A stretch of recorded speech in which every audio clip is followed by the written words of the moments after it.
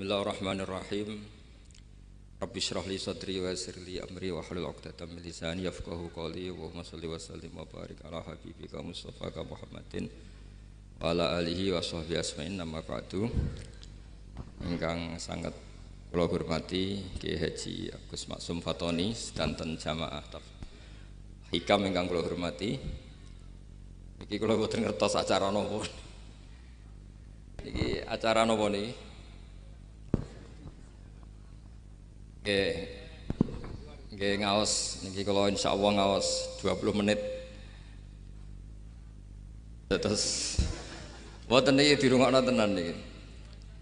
Terus kula cerita kitab hikam niku dikarang oleh Ibnu Athaillah napa As-Sakandari. Terus beliau adalah murid dari Abul Abbas Al-Mursi. Abul Abbas niku murid saking Abil Hasan Asy'ari.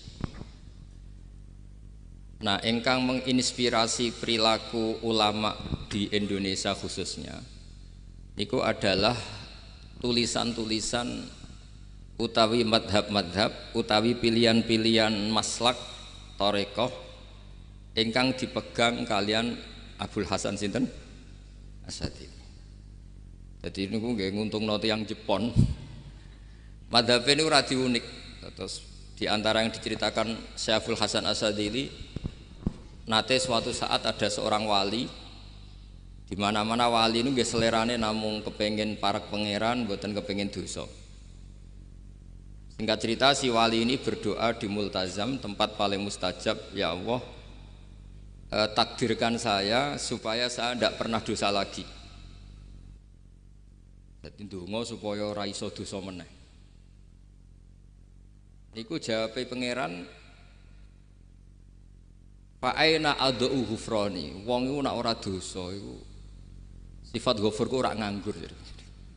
Kok Allah niku wis kadung di sifat ghafur, zat sing akeh napa? Ngapurane. Dadi umpama donya iku ora ana dosa, iku sifat ghafurku terus piye? Dan niku sing ndadekno tiyang boten terus seneng dosa niku mboten, tapi seneng arep-arep rahmati Allah Subhanahu wa taala meskipun keadaannya nate napa dosa. Kemudian itu jadi madhab yang membedakan ahli sunnah dan tidak ahli sunnah. Kamane dadi gerakan ekstrim. Ini ku ahli sunnah ciri khasnya niku mbok wong tahu dosa kaya apa tetep dianggap Islam. Ada kelompok ekstrim khawarid sing darani wong nak dosa niku berarti wis napa kafir. Jadi itu efeknya luar biasa dari madhab-madhab itu. Lalu kenapa madhab Abul Hasan Asy'ari yang kita pilih? Karena kalau orang Islam kamu kafirkan niku mboten ketemu, cara akal niku mboten ketemu. Nggih cara berpikir kita masyhur Abul Hasan Asy'ari ngendikan wong iku nak kafir mulai cilik nganti 70 tahun.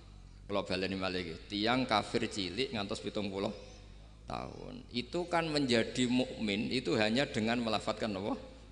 Syahadat la ilaha illallah Muhammadur Rasulullah. Niku hadhil kalimah satu ini.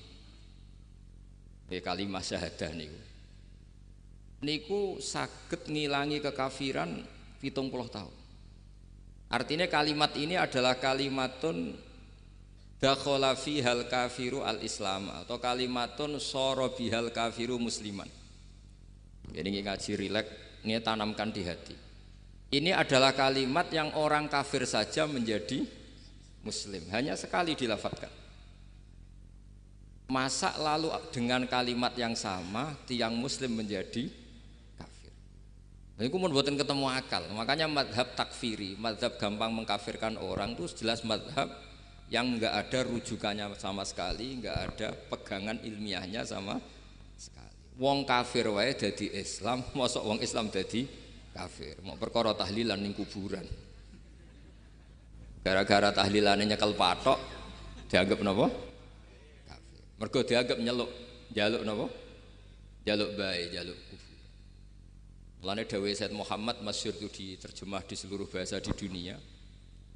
Wong-wong sing ngafirno iku mbok yo sekali-kali nginceng. Nginceng iku ngrungokno. Lho kula nu sampean tahlil iku ya ora seneng. Kadang sing tahlil iku ya rada kurang ajar. Kula niku yang ben nak mati, nak sing tahlil nang Jepang niku ora seneng. Mergo ya rada sombong lah wong tahlil iku ya kadang rada sombong. Misale ngaten, kula kiyaine jenengan. Dongane ngene, ya Allah, ini guru saya. Ingkana muhsinan fazid fi ihsani. Kalau dia baik, itu ya tambahlah kebaikannya. Mosok murid muni gurune baik itu kalau itu kan ngenyak uang. Kene soleh-soleh permanen dianggap napa. Jadi dongane itu ngeper, ingkana muhsinan fazid fi ihsani. Wa ingkana musian fatajawaz anhu misalnya kalau dia orang buruk, kalau beliau orang buruk yang kau maafkan. Maka orang-orang di luar sana yang mengatakan andaikan tahlil itu baik pasti dilakukan sahabat, itu logika yang keliru. Sahabat gak mungkin kan nahlili Kanjeng Nabi ngendikan ingkana musinan, sido kafir ngoten ki mboten. Lah wong Kanjeng Nabi kok apike di ngendikano ingkana ini kok kafir. Wong Nabi kok ingkana andai. Saiki pertanyaannya gini. Kita sebagai kiai, sebagai guru, ku murid nak tahlil ya rada kurang ajar sithik. Wong gurune kok diomongno ingkana musinan ambek ingkana musia. Nah pertanyaannya gini, lepas dari kowe rada kurang ajar lah. Dalam tahlil itu rada kurang ajar karena nyebut guru ora qad kana musinan tapi ingkana musinan. Mestinya kalau sampean sebagai murid kan muni apa qad kana musinan. Guru saya benar-benar orang baik, bukan ingkana andekan orang baik. Tapi ada satu kepastian bahwa ini tidak minta sama mayit. Jadi tujuan kalau kita minta mayit itu salah sama sekali. Wong kita datang ke kuburan malah memintakan ampunan untuk mayit. Kok iso darani njaluk iku piye? Ya mergo mau didelok kok adoh, ketoke ngatong ya berarti njaluk. Lah ya wong fatwa kok mau berdasar inceng-incengan kok adoh niku. Iku ora jelas ya fatwa ngene. Paham gitu. Terus jenengan kudu yakin, enul yakin bahwa mazhab kita itu yang benar bahwa tahlilan di kuburan tidak kafir karena tidak minta ke mayit malah memintakan untuk mayit atau memintakan ampunan untuk mayit. Cuma redaksi sing rondok-rondok ngoten niku dikurangi lah. Nak kangge guru niku nggih dikurangi lah, dikurangi. Ya Allah, jenengan Maha Pengampun, kula suwun guru kula jenengan ampuni. Jadi ampun ngangge donga sing teng salat mayit. Nah, salat mayit itu kan memang ada sanatnya, memang semua bentuknya seperti itu. Tapi nak ning kuburan, kula mboten nate donga teng Mbah Mun ngoten. Ya Allah, ini guru saya, Engkau anugerahkan beberapa ilmu, beberapa amal yang manfaat untuk orang banyak. Kula suwun jenengan tampi. Jenengan zat sing Maha Pengampun. Nggih, jenengan ampuni. Terus mboten ngangge ingkana-ingkana itu. Angen-angen muga aku dadi kiai ini tersinggung. Murid orang ajar, mosok darani gurune apik iku andekan. Ya tapi berhubung ra paham ya alhamdulillah ya tahlil yang Wali Songo ya buanter-banter nganggo mik. Lah sing kene paham ya rada risi, piye? Wali Songo darani ingkana iku piye? Dadi niku mareni, mulane kula suwun nak tahlil nyewa kiai sing alim lah ben rada bener, ben rada bener. Tapi ampun nyewa kula mboten purun. Kalau nu gak ada pondok lah, jadi buatan saya masyhur susah diundang orang kecuali yang ada hubungan guru, hubungan sarang. Karena beliau lama sekali ngajar di MGS, beliau Gus Maksum itu lama ngajar di MGS. Jadi saya itu hanya datang di orang-orang yang pernah khidmah di sarang, terus yang pernah keluarga sepuh. Saya datang ke Jakarta ke Pak Quraisy Shihab itu ya karena Pak Quraisy itu lama sekali bikin diskusi tafsir. Akhirnya saya termasuk pengajar di pondok beliau. Jadi faktornya ya hanya karena itu, bukan yang lain.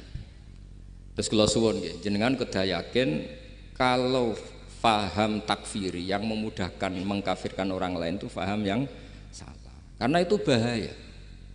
Terus bahaya kedua secara fikih. Secara fikih itu nanti repot. Kalau nanti di salah satu seminar itu sudah mau zuhur, ketemu satu narasumber yang gampang mengkafirkan orang. Itu separuh masjid, kebetulan mereka banyak yang bisa ngaji itu terus nggak sholat zuhur, nggak sholat zuhur. Ditanya sama mereka, lu kok nggak sholat zuhur ini sudah masuk waktu? Kan sholat hanya wajib untuk orang muslim, kita akan kafir. Ya karena dikafirkan tadi kan, kalau bid'ah kan dikafirkan. Akhirnya sing gak kafir, sholat. Efek dari mazhab itu panjang. Kalau betul faham mereka itu betul, berarti yang sudah kafir, orang kafir itu wajib sholat enggak? Enggak kan? Itu malah panjang kan, karena terus menjadikan orang Islam tidak nopo, tidak sholat. Nanti ke masjid tidak boleh, orang kafir nggak boleh masuk masjid. Itu efek fikihnya panjang. Jadi kalau suwon mazhab Abil Hasan apa Asyadzili niku dipegang. Nah itu madhab beliau itu implementasinya di teng kitab Hikam nih. Karena Hikam itu putu murid yang paling bisa mengimplementasikan, menjelaskan cara pandang madhab Abul Hasan apa Asyadzili sing dados thariqah napa Syadziliyah. Terus ketiga, itu cara pandang itu detail. Detail itu jelimet. Mesti sampean ora kepikiran. Misalnya begini. Ketika ada orang salah jenengan marah, itu sebenarnya karena salahnya apa karena hal yang lain? Normalnya orang itu berpikir karena salahnya, itu keliru cara Abul Hasan Asyadzili. Pasti kamu marah itu karena ada hal lain. Misalnya kita pembantu elek kriting mecahno gelas, mesti langsung mbok amuk. Alasannya mecahno gelas. Tapi nek sing mecahno iku wong ayu, kowe iso ngamuk. Kowe iso ngamuk wong ayu. Mecahno gelas lah. Kok gelas lemari, ora usah gelas. Sama, kamu janjian sama orang, wongnya nyulayani janji, mesti mbok maki-maki. Katanya jam 10 kok udah datang gini-gini. Nah, tapi kalau yang terlambat itu wong sing ngutangi kowe iso ngamuk orang sing ngutangi kowe. Atau sing terlambat itu komandannya, atasan kamu, atau kiainya. Artinya gini, ketika kamu marah atas nama terlambat, itu sebetulnya karena terlambat atau karena hal lain. Nah, maksiat juga gitu, cara pikirannya Abul Hasan Asyadzili. Ketika kowe roh misalnya cawe itu maca maco naik apa lah ninja atau apa, mesti kowe darani wah luput suwuk. Tapi nak dikandani, niku putune jenengan. Mesti langsung ya Allah jenengan sepunten. Jadi sebenarnya kita kebencian sama orang lain tuh karena kebetulan tuh tidak keluarga kita. Coba kalau itu keluarga kita, pasti kayak mikir ulang. Kue gedeng wong ra salat, mesti sebabnya dua. Satu tidak sholat, dua kebetulan itu tidak anak kamu. Kalau itu anak kamu pasti istighfar berhari-hari untuk dimaafkan Allah, bukan maksud no. Tapi kalau orang lain kue, pertanyaannya sebetulnya kamu benci itu karena tidak sholatnya, apa karena plus dia tidak anak kamu? Nah itu pikirannya Abul Hasan apa? Kowe ngamuk itu gelas pecah itu perkara itu pecah gelas apa plus yang mecahno elek. Nah itu pecundang kita, itu cara pikiran Abul Hasan. Kita ini pecundang. Pecundang itu enggak fair. Napa? Betul fair. Nah itu terus beliau diantaranya punya cerita Nabi Ibrahim itu pernah diangkat ke Allah di alam malakut. Di alam malakut kemudian ini ada di kitab Hikam juz 2 halaman 4 yang di bab ini yang saya baca. Ini cerita terakhir nih, bantu pun sampai tak ngaji suwi-suwi ora mesti paham, aduk sediluk. Nak sediluk kan dia alasan, kenapa ora paham? Salah Gus Bak ngulangi sediluk. Lah nak suwi sampean ora paham malah ribet kan? Diulang suwi ora paham goblok tenan berarti kan gitu. Nah ini untuk menjaga harkat dan martabat niku ngajine sediluk mawon dan takoki malaikat. Kenapa ora paham? Salah Gus Bak ngajine sediluk. Jadi duwe napa? Alibi lah gak ada napa? Pembelaan. Nabi Ibrahim itu diangkat di alam malakut. Karena beliau seorang nabi melihat orang maksiat ditanya sama Allah, ya Allah, itu orang-orang maksiat tuh makan dari rizkimu, menempati bumimu dan semua fasilitas engkau bikin. Lalu menurut kamu gimana Ibrahim? Ya bunuh saja, matikan saja. Sama Allah dituruti. Melihat lagi ada maksiat yang berbeda, selalu Nabi Ibrahim usul itu dimatikan. Jadi Ibrahim pernah jadi garis keras lagi, keras sekali. Lalu suatu saat Nabi Ibrahim itu disuruh nyembelih Ismail. Disuruh nyembelih apa? Ismail. Bareng disuruh nyembelih Ismail, Nabi Ibrahim tanya, ini anak saya ya Allah, ini samratu fuadi, ini buah hati saya, kenapa engkau nyuruh menyembelih? Sejarah ngetikane pangeran, apa kamu tidak ingat ketika tak angkat di alam malakut beberapa hambaku kamu usul supaya tak bunuh? Cara Jawane, cara Jepone kuwi ora rasane dadi aku. Aku iku pangeran sing gawe aku enak wae usul-usul kon mateni jare. Saiki gentenan, saiki anakmu sembelih. Rumangsamu aku dadi pangeran gak sayang mbek kaula. Kowe tak dadekno nabi ku kon dakwah ora kon mateni. Nabi Ibrahim nangis. Nah inilah perbandingan bagi kita. Sebenarnya saat kita benci maksiat itu sebetulnya di hati kita itu tidak hanya maksiat, kita ada dak fairnya, plus itu dak orang yang terkait dengan kita. Jika misalnya mau wangkel, misalnya penyanyi sing piye mau wangkel, suatu saat penyanyi ku WA aku, mas aku ya gelem dadi bojomu, ilang mangkelmu. Jadi pecundang, kita ini sebenarnya pecundang. Nah, syukur-syukur memang makom kamu sudah tinggi, memang benar-benar benci karena maksiat, paribasane wayu gelem mbok rabi tetap mangkel. Tapi saya tidak yakin soleh-soleh seperti ini imannya sampai seperti itu tidak yakin. Dan saya kalau yakin begitu berarti keyakinan salah itu salah dan bodoh itu, karena itu nggak terbukti. Makanya ini kitab baru kalian kitab hikam, karena ini acara ngaji hikam kula waos sedikit mawon kula waos ini jawabannya Nabi Ibrahim ketika disuruh nyembelih Ismail teng halaman 4 juz 2. Allahumma hadza waladi wa samratu fuadi wa ahabbun nasi ilayya fasami aqailan yaqul ama tazkurul lailah allati sa'alta fiha ihlaka abdi awama ta'lamu anni rahimun bi ibadi kama anta syaqiqun bi waladik. Jadi Ibrahim, anak kamu sembelih. Kata Ibrahim, ini enggak mungkin Gusti, ini buah hati saya, kenapa engkau minta ini tak sembelih? Apa kamu tidak ingat pernah mengusulkan saya menghabisi sekian hamba saya? Kalau kamu bisa sayang anak kamu, saya juga sayang hamba-hambaku, enak we. Mikir. Jadi makanya kalau suwon kita ini hidup harus insaf. Nak kira dia duit, iku yo mangkel tenan, loro tenan. Terus bojomu mbok kon sabar pas kowe ra ngekeki duit, iku yo ora fair. Wis ben-ben ngamuk. Satu kelihatan cerdas. Memang kondisi nggak punya uang itu harus ditanggapi dengan marah, mosok diapresiasi. Pinter mas kowe saiki dadi wong zuhud. Wah ya ribet kan, wes jos mas sampean saiki ra duwe dhuwit, sampean dadi wong zuhud, wong waroi. Tapi udah mati bareng saiki. Jadi sebetulnya Allah bikin emosi itu andekan boleh dibahasakan wis dipikir. Walau la daf'u nasa ba'dhum bi ba'd la fasadatil. Jadi bumi ini sebaiknya itu diisi dengan sekian perbedaan. Tapi tidak konflik loh, perbedaan dengan konflik itu beda. Saya ulang lagi, bumi ini sebaiknya diisi dari sekian apa?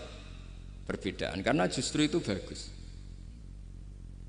Saya itu berkali-kali bilang, andaikan tidak ada pikiran kedua, ini dunia ini sudah rusak. Harus ada pikiran kedua. Misalnya ono wong kok terlalu apik mbek kanca, mesti bojone sambat, wong gak men ngopi mbek kancane, ra tau ngapi mbek bojone.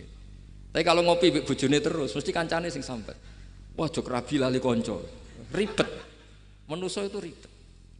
Kados kula dugi mriki ini hormat Gus Maksum. Nggih mungkin tok ganjaran. Tapi untuk dosa sidik-sidik ninggal pondok. Jadi ya sudah.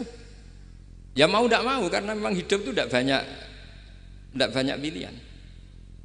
Ada orang sering ibadah di masjid, sholat, itu ya bagus. Tapi dia pasti tidak baik dalam sistem sosial. Umpama wong soleh kabeh ning masjid iku donya akeh sing mati. Karena ndak ada tim SAR paling murah. Loh iya kan, wong kecelakaan itu penolong pertama itu orang yang di masjid apa sing tukang ning dalan-dalan. Artinya sing ning masjid iktikaf mesti ra duwe ganjaran nulung wong kecelakaan. Artinya ada kebaikan yang pasti nggak bisa dilakukan orang yang sedang di masjid. Andekan yang di jalan tuh orang-orang soleh itu wah dunia sebaldatun thayyibatu wa rabbun ghafur. Loh ya betul, Nabi pernah ditanya sahabat, ya Rasulullah kita ini senengane ngegeng di jalan. Ya kata Nabi ya sudah nggak apa-apa, asal aqtut thoriq haqqaha, ya kamu memberi haknya jalan. Apa itu? Amar ma'ruf nahi mungkar. Maksudnya nahi mungkar gini. Misalnya di bus itu ada orang soleh mayoritas, itu sing nyopet ya wedi mergo mesti ditabuki wong akeh. Kalau yang di perapatan wong soleh kabeh sing beda wedok ya isin. Mergo sing perapatan wong soleh kabeh. Lah masalah iki ra soleh kabeh, kemari ribet kan gak soleh kabeh. Jadi sebetulnya Indonesia itu aman kalau yang di jalan tuh soleh semua karena perempuan lewat gak diganggu. Ada copet gak berani, semuanya aman. Maka di Islam itu menyebut kebaikan itu jumlahnya banyak sekali. Tidak bisa kamu wah hebat-hebatnya wong sing ning masjid terus, tidak bisa seperti itu. Andai kan semua orang di masjid, nah ono kecelakaan pertama yang nolong siapa? Nah ono wong golek alamat tuh takok sapa kabeh ning jero masjid. Ribet kan? Nah, makanya ini Quran bikin aturan wala taq'udu bi kulli siratin tu'iduna wa tasudduna an sabilillah. Yang enggak boleh itu duduk di jalan sambil mengganggu atau mengancam hal-hal yang baik. Tapi kalau duduk di jalan justru membantu hal-hal yang baik, maka ini disyariatkan oleh Islam. Jadi ini kita harus mulai mikir ya. Jadi walhasil ngendikane kitab hikam, bayangkan yang maksiat itu anak kamu, istri kamu. Pilihan kamu itu memaafkan dan minta dimaafkan oleh Allah. Tapi ketika orang lain kamu minta supaya dilaknati Allah, ini tidak fair. Jika kita diajari guru-guru kalau minta ampun ighfirli wali walidayya wali jami'il muslimina wal muslimat, masih dikata wali jami'il muslimin al muslimat wal mu'minina wal mu'minat. Itu filosofi yang luar biasa, kata jami' semuanya ya Allah engkau maafkan. Bukan keluarga saya tok, siapapun yang berkontribusi terhadap Islam ini engkau maafkan. Begitu juga di muqaddimah khutbah kula suwun harus ditradisikan wala alihi wa sahbihi ajmain. Kata ajmain ini kata pembeda. Mungkin orang baca hanya rutin, tapi kita yang nekuni ilmu, ajma ini kata kunci. Fa inna ahlas syiah akramu sahabiyan wa ahanu sahabiyan akhar. Jadi tradisi madhab syiah itu apa? Ada sahabat yang begitu dimulia-muliakan berlebihan kayak Sayyidina Ali, dan ada yang dihinakan kayak Abu Bakar dan Umar. Lalu pembedanya dengan ahli sunnah apa? Kita menghormati sahabat wa sahbihi ajmain. Jadi hadhil kalimah kalimatun fariqah. Ini kalimah pembeda. Jadi ajmain mboten kalimah rutin terus ono jimate ono kasiate niku mboten. Kita maklumatkan ke seluruh dunia bahwa mazhab ahli sunnah ditandai dengan wa ala alihi wa sahbihi ajmain. Mulane dawuh Mbah Hasyim wa nukrimu ahlal bait wa nukrimu jami'a ashab Rasulillah sallallahu alaihi wasallam. Wa nukrimu jami'a ashabi Rasulillah sallallahu alaihi wasallam. Ciri utama mazhab Ahlussunnah apa? Menghormati keluarganya Nabi dan menghormati seluruh, ada kalimat apa? Seluruh sahabat. Jadi kata ajma'in itu kalimatun fariqah atau kalimatul fasl. Kalimat yang membedakan mana mazhab Syiah dan mazhab Ahlussunnah napa? Itu kalau jenengan ngaji teng Gus Maksum napa teng Ki Haji Maksum di antara mazhabnya sinten? Nabi Ibrahim yang diceritakan Abdul Hasan Asyadili, kebencian kepada maksiat kita semua pasti benci maksiat. Tapi gak fair kan, yang satu kamu laknati, yang satu kamu doakan. Ujung-ujungnya apa? Ada unsur hadun nafsi. Kalau yang terkait dengan jenengan mbok dongakno di sepuro, nah yang gak ada terkait mbok pasutno. Ini kan gak fair, padahal sama-sama apa? Maksiat. Terus kalau suwun polemik tentang ketentuan gimana hukumnya ziarah kubur, ya hukumnya baik karena mendoakan atau memintakan ampun untuk yang mati, bukan meminta sama yang mati. Udah Sayyid Muhammad kena ora percaya rungokno wong didelok kok ado pancen ya ngeri kan, patoke diusap-usap bariku ndonga delok kok ado kan iku njaluk kuburan padahal mayite ngeluh. Ngeluhe perkara mau, kadang nek sing kiai ini rapati iso ngaji wamen ingkana. Wali kok diarani napa? Ya Allah, jika mayit ini, andekan mayit ini baik, maka dan andekan tidak. Lho cara kowe dadi mayite. Bocah ora jelas. Mayit, nah makanya ini cobalah kalau sholat jenazah tidak apa-apa doa itu karena sanatnya seperti itu. Kalau doa guru ya diatur-atur yang baik lah, langsung mawon ya ghafiratunu wal khotiat gini-gini, saya mohon beliau amal baiknya jangan terima, amal buruknya jangan ampuni karena guru juga manusia tidak nabi. Boten terus apa? Pakai apa? Ingkana. Oh apa? nggih tabarruk. Nah, mulane itu setelah peristiwa ini Nabi Ibrahim menghentikan faman tabi'ani fa innahu minni wa man asoni fa innaka ghafurur rahim. Ya Allah, orang yang ikut saya ya pasti bagian dari saya. Artinya harus berhak mendapat syafaat. Tapi orang yang sedang tidak taat sama saya, kula suwun beri hak untuk tobat. Jadi ghafur itu artinya ya kasih waktu lah Gusti untuk tobat. Sehingga umat ini enggak berhenti berharap supaya yang sedang maksiat pun kita selalu berharap suatu saat pasti tobat. Kita berharap la'allahum yarji'un, la'allahum yantahun. Quran sendiri menghadapi orang-orang maksiat masih selalu diberi harapan la'allahum yarji'un, la'allahum yantahun. Ya tentu dengan sekian mauidhah, sekian hikmah, sekian amar ma'ruf nahi mungkar. Yang jelas kita sebagai ahlul ilmi ini tidak punya sanad model keras. Karena semuanya ini proses. Sama nggak bisa niru Nabi itu kan dulu perang Gus. Loh Nabi perang dulu itu enak. Enaknya itu Nabi mesti bener, musuhnya mesti salah. Itu Abu Jahal CS. Saiki kowe perang kowe ora mesti bener. Musuh ora mesti salah. Terus kok ape tegas piye oleh tegas wong padha ora jelas. Riyen tegas kan gampang, Nabi mesti bener, musuhnya mesti salah. Kan penak. Anak sampean, wah sampean masih macake santri ini. Cara tukaran mbek tanggamu ora mesti tak bela. Ya mergo ora mesti bener. Wong bapak anak cerita kula, ana imam masjid sepuh, istiqomah geger mbek pengurus takmir. Ya kadang bener sing canom-nom. Kaya imam masjid sing sepuh iku ndekne paling sepuh kudu dadi imam terus jare bapak. Iku istiqomah apa mau digenteni wong liya.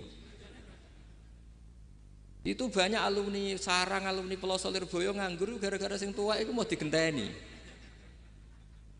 Nah, tapi misalnya kok sing nom ambisi ya salah, wong ono sing sepuh kok sing nom ambisi hidup itu udah banyak pilihan. Artinya gini loh, di wilayah istihad, di wilayah mikir itu potensi salah itu ada. Ya wow, kena abot keluargamu mesti sering ninggal bojo. Nah abot bojo mesti mengabaikan ibu kamu, saudara kamu. Nak ngono sing imbang Gus. Rai-rai pas-pasan wangi limbang. Ndak segampang itu ngelola keseimbangan itu ndak gampang. Karena hidup tuh wakana bena dzalika qawama itu ngukurnya ndak gampang.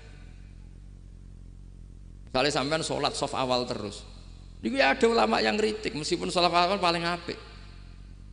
Kowe iku sapa kok ngarep terus koyok paling bener. Jebule kok ngarep jebule salah. Lah yo kan kuatah. Orang maksa sholat awal terus nang Mekah, jebule salah. Jadi ono juga wali yang kalau sholat itu nang nggo guri ditakoki, "Kenapa kowe sering nggo guri?" Aku iku isin. Madhep pangeran kok hebat wae kok ngarep. Banyak juga cara pandang ini karena wilayah istihad. Napa wilayah napa? Wilayah istihad itu kayak iya kayak enggak. Makanya dalam masa misalnya gini contoh paling gampang. Kalau ada boto gaweane wong Rembang cek wong Blora, itu kan sering kena teletong dan teletong itu jadi materinya. Ono sapi ngising ning kono dibaro terus diolah jadi boto. Terus kemudian boto ini jadi masjid. Itu najis apa enggak? Najis kan karena disuci enggak bisa materinya najis. Itu hanya boleh di mazhab Abu Hanifah. Mazhab Abu Hanifah itu mengatakan alatut tadhir itu 3, air, turab, debu dan annar, api. Alasannya mazhab Abu Hanifah orang mukmin yang dosanya banyak itu disucikan dengan api neraka. Berarti api itu min alatit tadhir. Sebab itu botol yang sudah dibakar itu otomatis suci. Tapi saya berkali-kali fatwa, tidak boleh dikiaskan kalau kamu tidak ada air terus nyolder air, nggak boleh. Nanti ada orang mandi junub pakai api. Oh ya karu-karuan. Ya sudah, contoh itu hanya nggo botol mawon, aja mbok praktekno nak wudu ora ono banyu berarti oleh nganggo solder ya ndak. Tapi itu kan ilmu. Ilmu itu ya seperti itu akhirnya beberapa materi yang dari najis asal sudah ngalami pembakaran itu cara mazhab Abu Hanifah dianggap suci kayak botol, kayak keramik atau peso. Dulu beberapa materinya peso ya kadang ada materi yang najis. Tapi ini sudah ngalami pembakaran, maka dihukumi suci. Mungkin kalau contohnya aja nggo wudu lah. Semuanya pesan gua aja digo wudu, aja digo mandi junub. Misalnya iwak itu kalau besar, cara Syekh Nawawi Banten itu tae cek dianggap najis karena bentuknya besar. Sekian intikal madzhab Abu Hanifah pun digoreng pun kena api, pun dibakar pun kena api. Jadi berarti pun apa? Suci. Nah itu jenenge madzhab. Jadi madzhab itu orang itu berpikir kemudian kayak iya kayak enggak. Makanya terus ada apa ijtihad. Nah, makanya dalam ranah ijtihad itu orang enggak boleh saling menyalahkan, ya sudah itu sama-sama mungkin. Makanya kalau dalam ilmu usul fikih disebutkan ra'yuna shawabun yahtamilul khata' wa ra'yuka khata'un yahtamilus shawab. Pendapat saya itu benar tapi ya mungkin salah, pendapat Anda salah tapi juga mungkin benar. Ini yang menjadikan ahli sunnah wal jamaah itu fleksibel. Fleksibel itu rileks. Karena di luar masalah usuluddin, masalah tauhid, itu ya mesti begitu. Sampean sering silaturahim ning kanca-kanca ning dulur-dulur. Apik. Tapi takokno bojomu, wong kok amen lunga. Karena terus kadang silaturahim nak keseringan yo keliru. Silaturahim jam 09.00 wae wong kerja. Maksudnya piye? Ini kan makanya terus ada orang cara mencintai Nabi itu gak pernah sowan. Ditanya, "Loh kamu itu mencintai Nabi kok udah pernah sowan?" Ya karena kalau saya sowan ganggu Nabi dong. Nabi kan punya anak, punya keluarga. Kalau nemuin saya kan artinya gak ngurusi anak istrinya. Dan itu menurut saya benar. Saya termasuk kiai yang jenis itu. Makanya kalau kamu sering sowan saya itu udah tak biji bagus, itu udah bagus itu. Itu pasti ganggu. Tapi misalnya seneng kok rasuan ya lucu, wong seneng kok ora tau sowan. Sampean milih ndi coba? Ini kan lucu kan? Lho sowan tuh mesti ganggu apa enggak? Ganggu. Tapi seneng kok ora tau sowan ya lucu kan? Nah itu istihad. Maksudnya istihad itu ya ada sahabat yang seneng Nabi itu enggak pernah sowan. Ya hanya datang ke masjidnya ikut jamaah, datang ikut jamaah, tapi enggak pernah sowan. Ada lagi sahabat yang kalau disuruh coba wajahnya Nabi itu kayak apa, saya enggak pernah melihat. Padahal bertahun-tahun jadi sahabat. Karena ijlalan lahu, saya sangat menghormati beliau sehingga saya merasa enggak berani melihat wajah. Tapi banyak juga sahabat yang detail mensifati beliau, sampai hajibnya tahu, syaribnya tahu, semuanya tahu. Saking mencintainya, aku nak roh Nabi seneng delok. Sama-sama seneng, tapi cara mengimplementasikan, nah itu wilayah-wilayah napa? Jadi kalau suwun terbiasalah dengan beda pendapat, dengan biasa mawon. Dan itu kita dilatih. Makanya wonten makalah masyhur ikhtilaful a'immah napa? Rahmah. Atau sebagian disebut ikhtilafu ummati rahmah. Umatku yang berbeda-beda. Beda itu bukan konflik loh ya. Beda pandang, beda sudut materi atau metode atau maslak. Niku semuanya asal ikhlas dan berbasis ilmu. Niku kabeh napa rahmah. Yes, ngoten mawon menami lami. Assalamualaikum warahmatullahi wabarakatuh.